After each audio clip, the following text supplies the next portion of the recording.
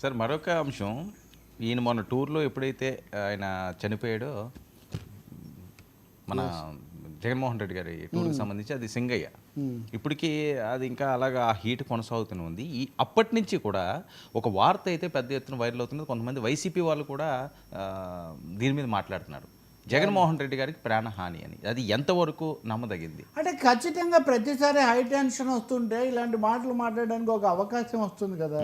ఇప్పుడు రాజకీయ పార్టీల కార్యక్రమాలు మానేస్తాయా? చంద్రబాబు నాయుడు గారు దాన ధర్మాలు చేయడానికి వెళ్తే తొక్కిసలాట జరిగి అనేక మంది చనిపోయారు అనుకోండి, ఇంకా దాంతో వాళ్ళు మానేస్తారా? లేకపోతే భద్రతకు ప్రాణ హాని ఇట్లాంటి మాటలు అప్పుడు ఇప్పుడు ఎప్పుడు వచ్చాయి. పవన్ కళ్యాణ్కు, లోకేష్కు, చంద్రబాబుకు వాళ్ళందరికీ కూడా భద్రత కల్పించిన పరిస్థితి కూడా ఉంది కదా.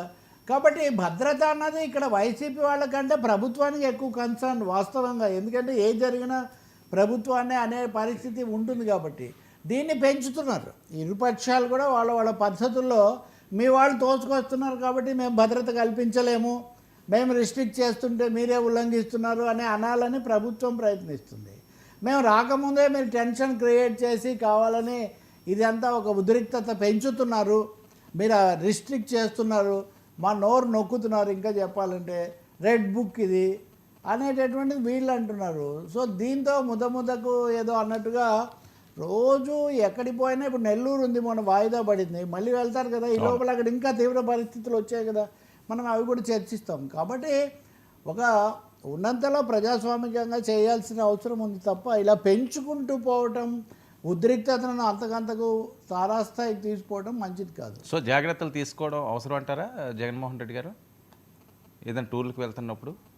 జగన్ తీసుకోవాలి, బట్ జగన్ తీసుకోవాలంటే పోలీసులు కూడా ఒక వాస్తవిక దృష్టితో వ్యవహరించాలి. ఇప్పుడు అధికార పార్టీ వాళ్ళు ఇప్పుడు నేను చూస్తున్నా ఉదయం నుంచి జగన్ గో బ్యాక్ అని చేస్తున్నారని.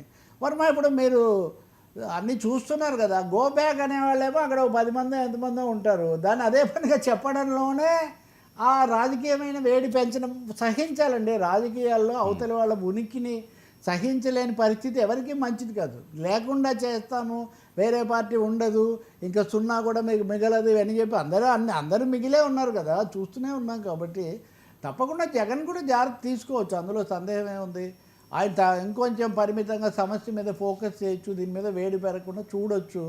బట్ ఎక్కువ బాధ్యత పోలీసులు, జిల్లా యంత్రాంగం వాళ్ళ మీద ఉంటుంది. వాళ్ళు దాన్ని వాస్తవికంగా ప్రతిపక్షానికి ఉండే అవకాశాన్ని కూడా దెబ్బతీయకుండా వాళ్ళ మీద ఏదో దాడి చేసి అధికార పార్టీకి లొంగిపోయారు అనే విమర్శలకు అవకాశం ఇవ్వకుండా చూడాలి. కోర్టులకు కూడా వెళ్తున్నారు కదా, ఇప్పుడు చాలాసార్లు కోర్టులకు కూడా వెళ్ళి అనుమతులు తెచ్చుకుంటున్నారు.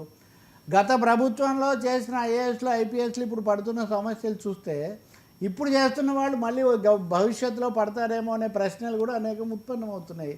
అందుకని కోడ్ ఆఫ్ కాండక్ట్ లాగా మోడల్ ఒక నిబంధనల ప్రకారం వెళ్తే ఈ సమస్యలన్నీ ఉండవు. అన్నింటినీ మించి నేను చెప్పేది, సమస్య ఉన్న చోట అసలు ముఖ్యమంత్రి చంద్రబాబు మొన్న వెళ్ళారు కదా, ఆయనే వెళ్ళి సందర్శించి ఇంకా చాలా తీవ్రమైన ఉధృతమైన చర్యలు తీసుకుంటే అసలు అవకాశమే ఉండదు కదా. ప్రతిపక్షానికి అవకాశం లేకుండా చేసే బాధ్యత, అవకాశం ప్రభుత్వ పక్షానికి ఉంటుంది. దాని బదులు వాళ్ళకి ఇవ్వలేదు, ఇంతకు వాళ్ళకి ఇవ్వలేదు. 12 రూపాయలు. నేను నిన్న ఒక ప్రశ్న వేసా, కర్ణాటకలో ఉన్న కాంగ్రెస్ ప్రభుత్వానికి మోదీ ప్రభుత్వం ఒక 200 కోట్లు 300 కోట్లు ఇచ్చి 18 రూపాయలకు కొంటుంటే ఇంతగా బలపరుస్తున్న తెలుగుదేశం ప్రభుత్వానికి లేదా కూటమి ప్రభుత్వానికి ఎందుకు ఇవ్వడం లేదా డబ్బు? ఇది ఎక్కడ వైఫల్యం? దాని గురించి కూడా ఆలోచించాల్సిన అవసరం ఉంది. నష్టపోయేది మటుకు ప్రజలు, రైతులు. ఇవన్నీ మామూలుగా ట్రాఫిక్ సంబంధంగా ఇంకా ఇతర సమస్యలు ఎన్ని వస్తాయి మీరు అవి చూడండి. నెమ్మదిగా బయటకు వచ్చే విషయాలు ఎలా ఉంటాయి. అన్నింటినీ మించి వర్మ రాజకీయ పార్టీలు, పోలీసులు కాకుండా సంఘ వ్యతిరేక శక్తులు కూడా చాలామంది ఉంటారు కదా. ఇలాంటి అవకాశాలను తీసుకొని దాన్ని పక్కదో పట్టించి తమ ప్రయోజనాలు కాపాడుకుందామనే వాళ్ళు.